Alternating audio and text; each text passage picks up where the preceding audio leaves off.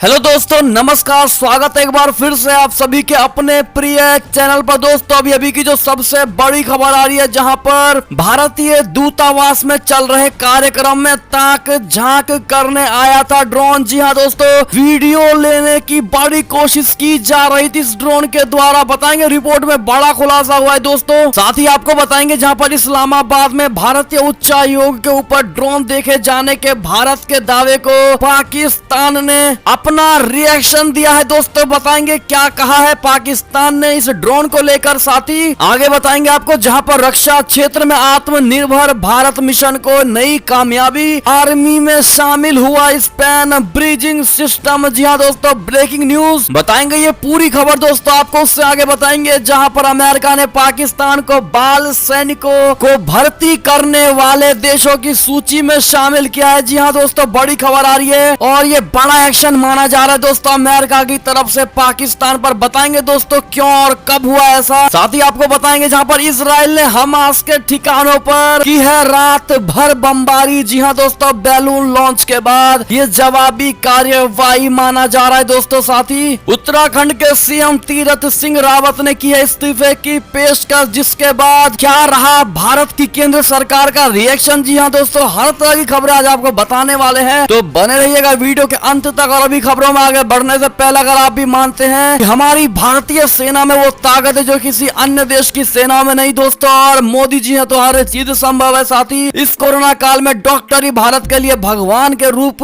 में है दोस्तों, और सबसे बड़े रक्षक यही है। तो फटाफट से वीडियो को भी कर दीजिए लाइक, चैनल को कर दीजिए सब्सक्राइब, बेल आइकन दबाइए। साथ ही कमेंट बॉक्स में लिख दीजिएगा जय हिंद जय भारत। तो चलते हैं पहली और सबसे बड़ी खबर की तरफ दोस्तों, जहां पर भारतीय दूतावास में चल रहे कार्यक्रम में ताक झांक करने आया था ये ड्रोन, वीडियो लेने की कोशिश। जी हाँ दोस्तों, रिपोर्ट में हुआ है ये बड़ा खुलासा। बता दें इस्लामाबाद में भारत के दूतावास के अंदर ड्रोन जासूसी करने आया था, ऐसा दावा न्यूज एजेंसी ANI ने अपने एक रिपोर्ट में किया है दोस्तों। ऐसी घटना पहली बार हुई है कि पाकिस्तान के अंदर भारतीय मिशन में ड्रोन देखा गया हो। इसके बाद भारत ने पाकिस्तान से साफ कहा है कि इस घटना की जांच की जाए और यह सुनिश्चित किया जाए कि भविष्य में ऐसी सुरक्षा और ऐसी चूक दोबारा ना हो। जी हां दोस्तों, आपको बता दें कि ANI का दावा है कि उच्चायोग के परिसर में देखा गया ये ड्रोन यहां ताक झांक करने के इरादे से आया था। रिपोर्ट में यह भी कहा गया है कि यहां चल रहे डिप्लोमेटिक इवेंट का फुटेज लेने की कोशिश कर रहा था। 26 जून को हुई घटना के दौरान ड्रोन जब दिखाई दिया तो यहाँ एक कार्यक्रम चल रहा था। इसी दिन भारत में जम्मू स्थित भारतीय वायुसेना के अड्डे पर ड्रोन से विस्फोटक गिराए गए थे। जी हाँ दोस्तों, इस बारे में भारत के विदेश मंत्रालय के प्रवक्ता अरिंदम बागची से जब पाकिस्तान में भारतीय उच्चायोग के ऊपर ड्रोन देखे जाने की खबरों के बारे में पूछा गया तो उन्होंने कहा इस साल 26 जून को इस्लामाबाद में भारतीय उच्चायोग के परिसर के ऊपर ड्रोन देखा गया था। इस मामले को आधिकारिक तौर पर पाकिस्तान की सरकार के समक्ष उठाया गया था। जी हाँ दोस्तों, उन्होंने कहा कि हम उम्मीद करते हैं कि पाकिस्तान इस घटना की जांच कराएगा और सुरक्षा में ऐसी चूक दोबारा होने से रोकेगा। जी हाँ दोस्तों, अब आपको बता दें कि इस ड्रोन के गश्त के पीछे अमेरिका का क्या बयान आया है दोस्तों। आपको बता दें कि इस्लामाबाद में भारतीय उच्चायोग के ऊपर ड्रोन देखे जाने के भारत के दावे को पाकिस्तान ने सिरे से खारिज कर दिया है। जी हाँ दोस्तों, 2 जुलाई पाकिस्तान ने शुक्रवार को भारत के इस दावे को खारिज कर दिया है। आपको बता दें पाकिस्तान के विदेश कार्यालय के प्रवक्ता जाहिद हफीज चौधरी ने यहाँ मीडिया द्वारा पूछे गए सवालों के जवाब में दावों को भारतीय दुष्प्रचार करार दिया है दोस्तों। उन्होंने कहा है कि हमने भारतीय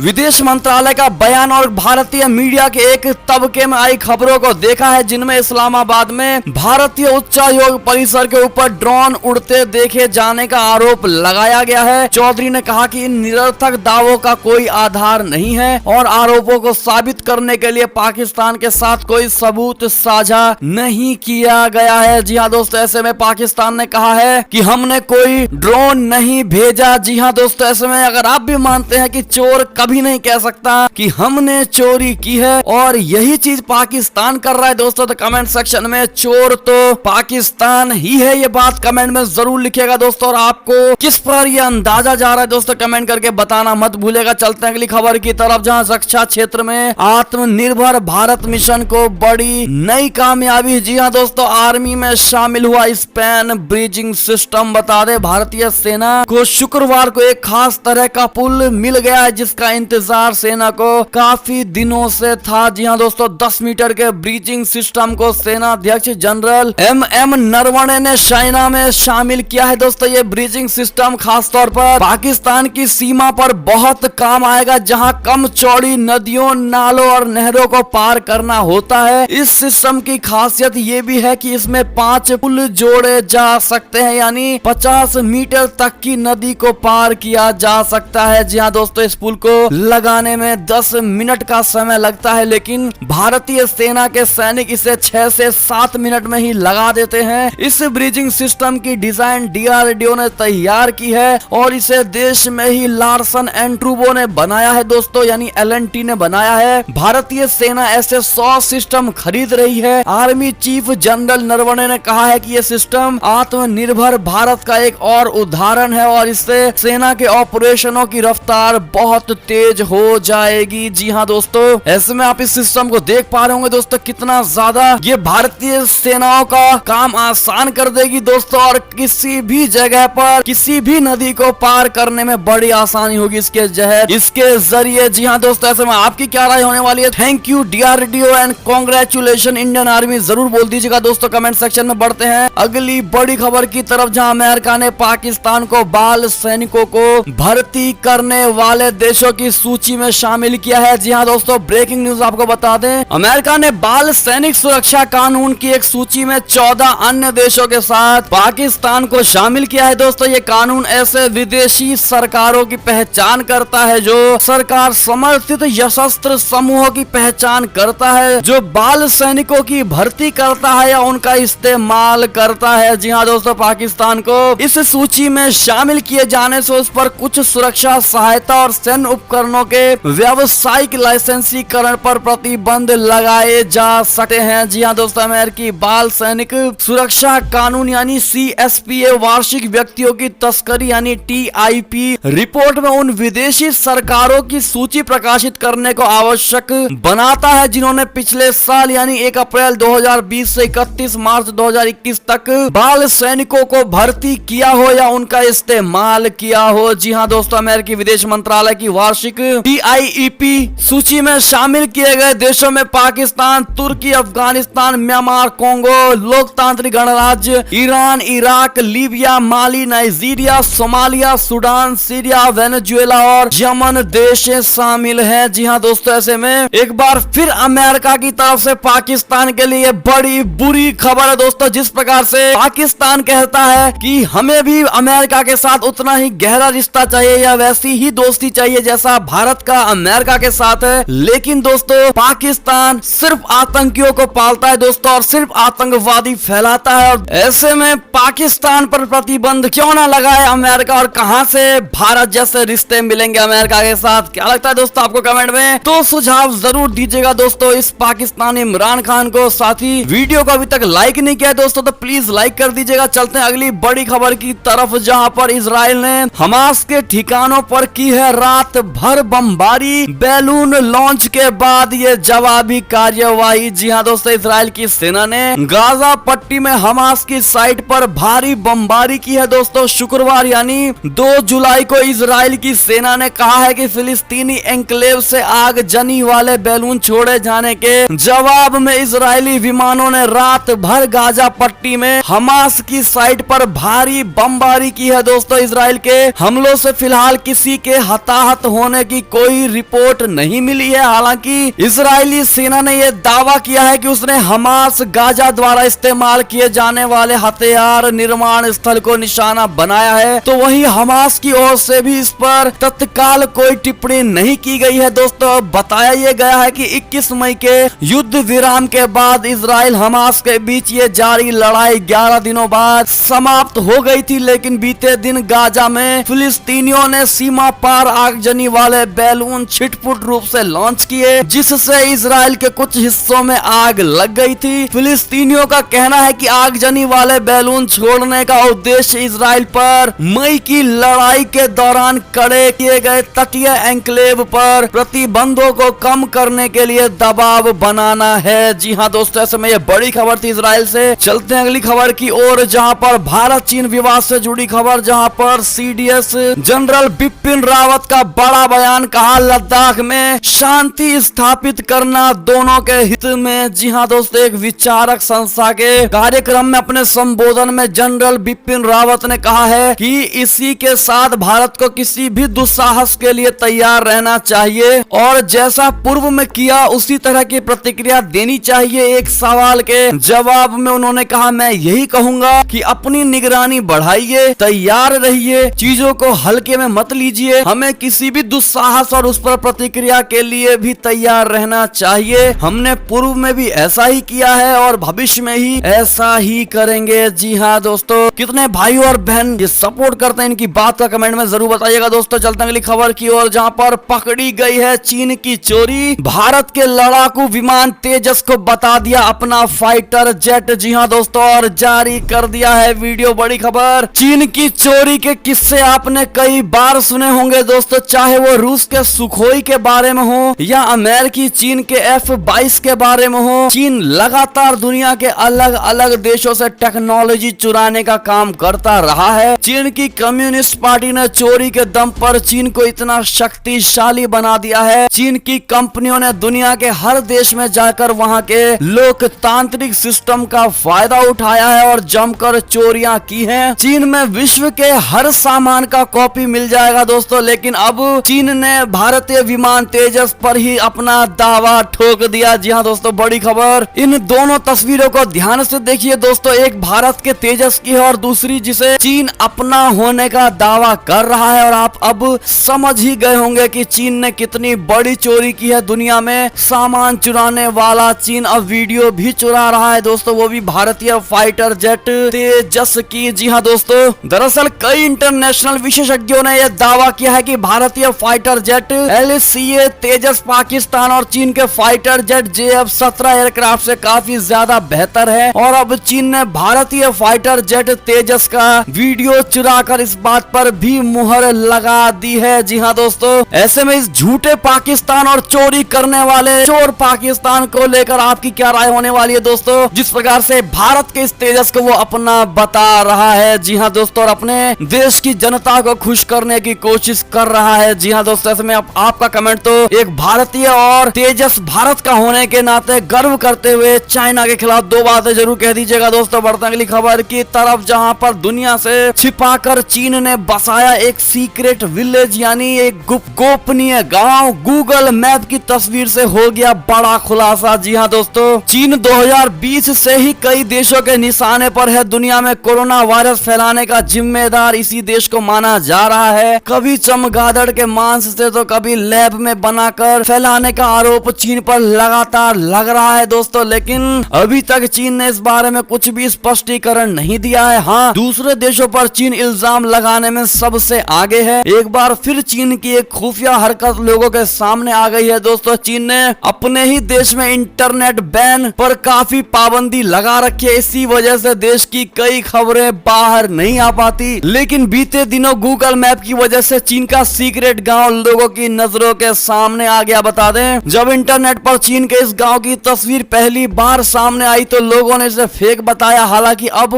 ये कंफर्म हो गया है कि चीन ने याकी आंदो गांव बसाया है दोस्तों। इस अजीबो गरीब गांव की तस्वीर ने लोगों को हैरान करके रख दिया है। इसे गूगल मैप ने पकड़ा और तब जाकर दुनिया को इसकी जानकारी हुई। जी हाँ दोस्तों, अगली खबर की अगर बात करें ऐसे में, तो इमरान खान का दोहरा चेहरा आया सबके सामने, बोला उइगर मुस्लिमों पर चीन का जुल्म हमें कबूल। जी हाँ दोस्तों, पाकिस्तान के प्रधानमंत्री इमरान खान ने कहा है कि बीजिंग के साथ इस्लामाबाद की बेहद निकटता और करीबी संबंध की वजह से पाकिस्तान चीन में उइगर मुस्लिम के साथ व्यवहार संबंधी आरोपों पर चीन के बयानों को स्वीकार करता है। चीन के अशांत प्रांत शिनजियांग में उइगर पर अल्पसंख्यक मुस्लिम जातीय समुदाय है। अमेरिका और यूरोपीय संघ समेत कई अन्य देशों ने चीन पर संसाधन संपन्न शिनजियांग प्रांत में उइगर मुस्लिमों के खिलाफ दमन और नरसंहार का आरोप लगाते हुए मानवाधिकार समूहों द्वारा अंतर्राष्ट्रीय जांच किए जाने की मांग की है दोस्तों।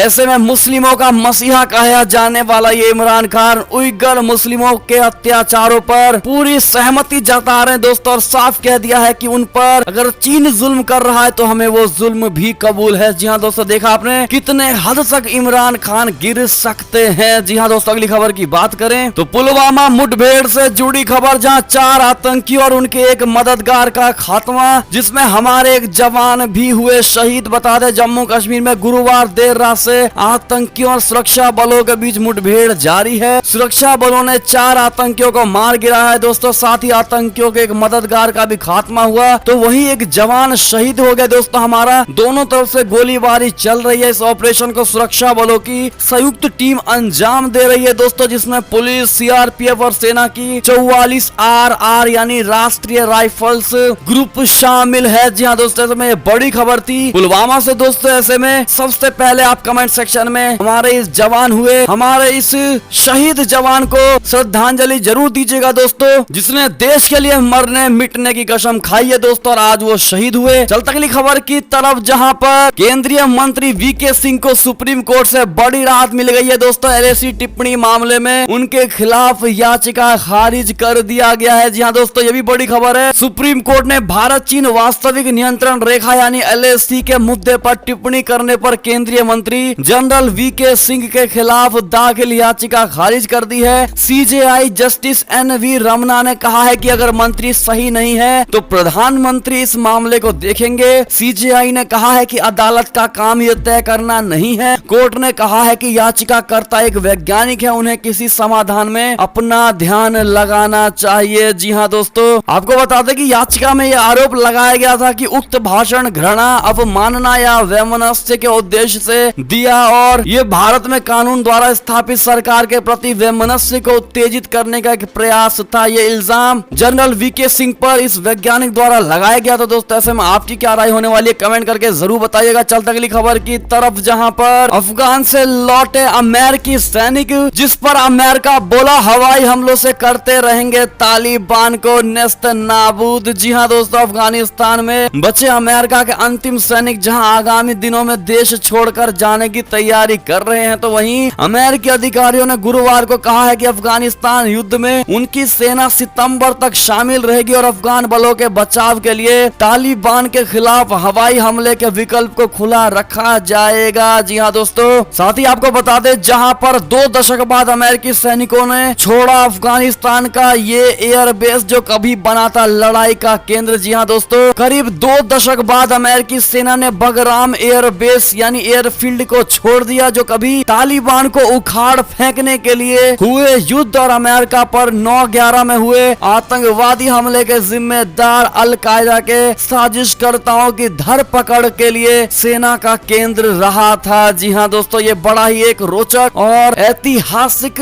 प्लेस माना जा रहा है दोस्तों। ऐसे में आपकी क्या राय होगी, कमेंट जरूर करिएगा। अगली खबर की बात करें तो तबाही का बड़ा खतरा। जी हाँ दोस्तों, अंटार्कटिका से आई डरावनी रिपोर्ट, जिसमें ये रिकॉर्ड किया गया अब तक का अधिकतम तापमान। जी हाँ दोस्तों, इंसान विकास के पथ पर आगे बढ़ता ही जा रहा है, लेकिन उसकी कीमत प्रकृति को चुकानी पड़ रही है, जिस वजह से आने वाले दिनों में दुनिया के सामने नई मुसीबतें आ सकती हैं दोस्तों। इसको लेकर संयुक्त राष्ट्र ने भी रिपोर्ट जारी की है, जिसके मुताबिक ग्लोबल वार्मिंग की वजह से अंटार्कटिका के तापमान में तेजी से इजाफा हो रहा है। जी हाँ दोस्तों, अगर सभी ने वक्त रहते ही इस पर कड़ा कदम नहीं उठाया तो कई जगहों पर भीषण तबाही मच सकती है। जी हाँ दोस्तों, चलते अगली खबर की तरफ, जहां कोविशील्ड वैक्सीन लगाने वाले ब्रिटेन के लोगों को यूरोप में नहीं मिलेगी एंट्री, बैच नंबर से होगा पहचान। जी हाँ दोस्तों, ब्रिटेन के करीब 50 लाख लोग छुट्टियां मनाने यूरोप बस इसलिए नहीं जा पाएंगे क्योंकि उन्होंने एस्ट्राजेनेका की भारत में बनी कोविड वैक्सीन ली है। ब्रिटेन के ऐसे लोग जिन्होंने कोविशील्ड वैक्सीन ली है, उन्हें EU बॉर्डर एंट्री से रोका जा सकता है। इसके लिए इनके डिजिटल कोविड सर्टिफिकेट को चेक किया जाएगा और फिर बैच नंबर के आधार पर इन्हें यूरोप जाने से मना किया जा सकता है। लेकिन दोस्तों, आपको बता दें कि हमारी ये कोविशील्ड काफी ज्यादा आक्रामक है दोस्तों, असरदार है। ऐसे में भारत का इस पर क्या प्रतिक्रिया होगी दोस्तों, और कब इस पर पाबंदी हटेगी, हम आपको इसकी बड़ी जानकारी देने वाले दोस्तों। ऐसे में आप मन में मत बैठाइएगा कि कोविशील्ड थोड़ी भी खराब है। जी हाँ दोस्तों, बढ़ते अगली खबर की तरफ, जहां पर कोरोना ने फिर उठाए सिर, तो UAE ने भारत, पाकिस्तान समेत इन देशों पर यात्रा बैन लगा दिया है। जी हाँ दोस्तों, अगली खबर की बात करें तो डेल्टा वेरिएंट को बेअसर करने में काफी कारगर है जॉनसन एंड जॉनसन की वैक्सीन। ये है कंपनी का बड़ा दावा। जी हाँ दोस्तों, कोरोना वायरस के डेल्टा वेरिएंट ने एक बार फिर दुनिया को चिंता में डाल दिया है दोस्तों। इसी वेरिएंट के डर से कई देशों में कोरोना प्रतिबंध लौट आया है। कई रिपोर्टों में यह दावा किया गया है कि ये वेरिएंट इतना खतरनाक है कि इस पर वैक्सीन भी असर नहीं करती है, इसलिए इसका डर पूरी दुनिया में फैल गई है दोस्तों। लेकिन इन सब खबर के बीच बड़ी राहत की खबर आ रही है, जहां जॉनसन एंड जॉनसन कंपनी ने यह दावा किया है कि उनकी वैक्सीन कोरोना के डेल्टा वेरिएंट को बेअसर करने में पूरी तरह से असरदार है। जी हाँ दोस्तों, अगली खबर की ओर चलें तो यूपी चुनाव 2022 से बड़ी खबर, जहां ओवैसी ने कहा कि योगी आदित्यनाथ को नहीं बनने देंगे यूपी का सीएम। जी हाँ दोस्तों, बड़ी खबर आ रही है। बता दें, उत्तर प्रदेश विधानसभा चुनाव 2022 में 100 सीटों पर उम्मीदवार उतारने का ऐलान कर चुकी है असदुद्दीन ओवैसी की पार्टी ऑल इंडिया मजलिस इत्तेहादुल मुस्लिमीन यानी AIMIM देश के हर कोने में चुनाव लड़ने को तैयार है। इसी बीच हैदराबाद के सांसद और पार्टी प्रमुख असदुद्दीन ओवैसी ने शुक्रवार को कहा कि योगी आदित्यनाथ को उत्तर प्रदेश का मुख्यमंत्री नहीं बनने देंगे। इंशाल्लाह, ओवैसी ने कहा, अगर हमारे हौसले बुलंद रहेंगे, मेहनत करेंगे तो सब कुछ होगा, मगर हमारी कोशिश यही है कि दोबारा उत्तर प्रदेश में बीजेपी की सरकार नहीं बनने देंगे। देखा आपने दोस्तों किस प्रकार से ओवैसी ये सपने देख रहे हैं दोस्तों कि बीजेपी नहीं आएगी उत्तर प्रदेश में या मुख्यमंत्री योगी आदित्यनाथ नहीं बन पाएंगे। ऐसे में दोस्तों ओवैसी के इस सपने को तोड़ने के लिए आप सभी कमेंट में ओवैसी को जवाब जरूर दीजिएगा दोस्तों, और बता दीजिएगा कि मुख्यमंत्री तो योगी आदित्यनाथ ही बनेंगे। और बेफिजुल का सोचना और बेफिजुल का दिमाग खपत करना बड़ा सरदर्द हो जाएगा ओवैसी के लिए दोस्तों। तो कमेंट में सजेशन जरूर दे दीजिएगा ओवैसी को। चलते अगली खबर की तरफ, जहां पर उत्तराखंड के सीएम तीरथ सिंह रावत ने की है इस्तीफे की पेशकश। संवैधानिक संकट पैदा होना बताई जा रही है इसकी वजह। आपको क्या लगता है दोस्तों, क्यों इस तरह से और एकदम से तीरथ सिंह रावत ने इस्तीफे की मांग की है दोस्तों? अपनी राय अवश्य दीजिएगा। बढ़ते अगली खबर की ओर, जहां पर चिलचिलाती गर्मी से लोगों को मिली है बड़ी राहत, जहां दिल्ली NCR के कई इलाकों में कल आंधी के साथ जोरदार बारिश। जी हाँ दोस्तों, कितने भाई बहन ऐसे हैं जो दिल्ली या दिल्ली NCR में रहने वाले हैं दोस्तों? कमेंट करके जरूर बताइएगा। ऐसे में दोस्तों ये थी अब तक की सारी बड़ी खबरें। आपको हमारी खबरें कैसी लगी? आशा करता हूँ बहुत अच्छी लगी होगी दोस्तों। अगर थोड़ी भी अच्छी लगी तो इस वीडियो को अभी अपने भाई बंधुओं में व्हाट्सएप, फेसबुक, ट्विटर के जरिए पूरे भारत में शेयर करना बिल्कुल मत भूलिएगा दोस्तों। और अभी कर दीजिए इस वीडियो को लाइक, चैनल को कर दीजिए सब्सक्राइब, बेल आइकन दबाइए, साथ ही कमेंट बॉक्स में लिख दीजिएगा जय हिंद जय भारत। तो मिलते हैं आपसे अगली बड़ी खबर में, तब तक अपना ख्याल रखिएगा। बहुत बहुत धन्यवाद।